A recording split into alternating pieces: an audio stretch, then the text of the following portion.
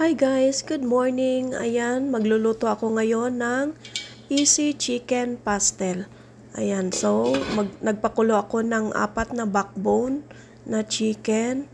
Ayan, tapos mamaya himay-himayin natin 'yon. Parang yung kunting, yung maliit na maliit talaga. At nagprepare na rin ako ng coconut oil, sili, onion at saka maraming bawang. Ayan, iset aside na muna natin 'to. Palamigin ng konti. Tapos, himay-himayin yung maliliit talaga. Dito, nalakihan ko lang ng konti. Ayan, tapos yung soup, chicken stock soup, kailangan i-set aside yon kasi gagamitin mamaya. Ayan na yung maliit natin na chicken strip. So, unahin ang 1/2 na coconut oil ang ginamit ko. Tapos, lagyan natin ng maraming bawang. So, kailangan mag-golden brown yung bawang bago natin ilagay ang sibuyas or onion.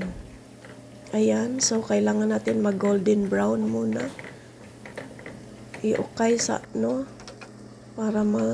para hindi siya masunog. Ayan, yung kunting onion lang or sibuyas. So, gisahin muna. Yan. Pagkatapos, ilunod yung hinimay-himay natin na chicken. Ayan, so, ayan, gisahin din natin yung chicken. Ayan, hanggang sa siya, yung konting kulo. Tapos, lagyan ng soy sauce, tapos oyster sauce. Depende na sa inyo. Kasi, nagtansya lang kasi ako nito ng toyo at saka soy sauce.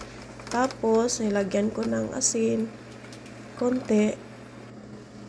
Tapos, tinakpan. Hintayin makulo. Then, ukayin na naman. Haluin. Tapos, nilagyan ko ng 1/4 na butter. Yan.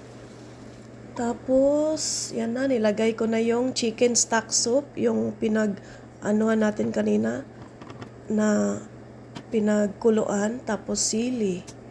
Nilagyan ko rin ng, gusto ko kasi yung maraming black pepper, ground black pepper. Tapos, nilagyan ko ng chicken cube, nor chicken cube, ang ginamit ko. Para malasa talaga. Yung manunuot talaga yung sarap.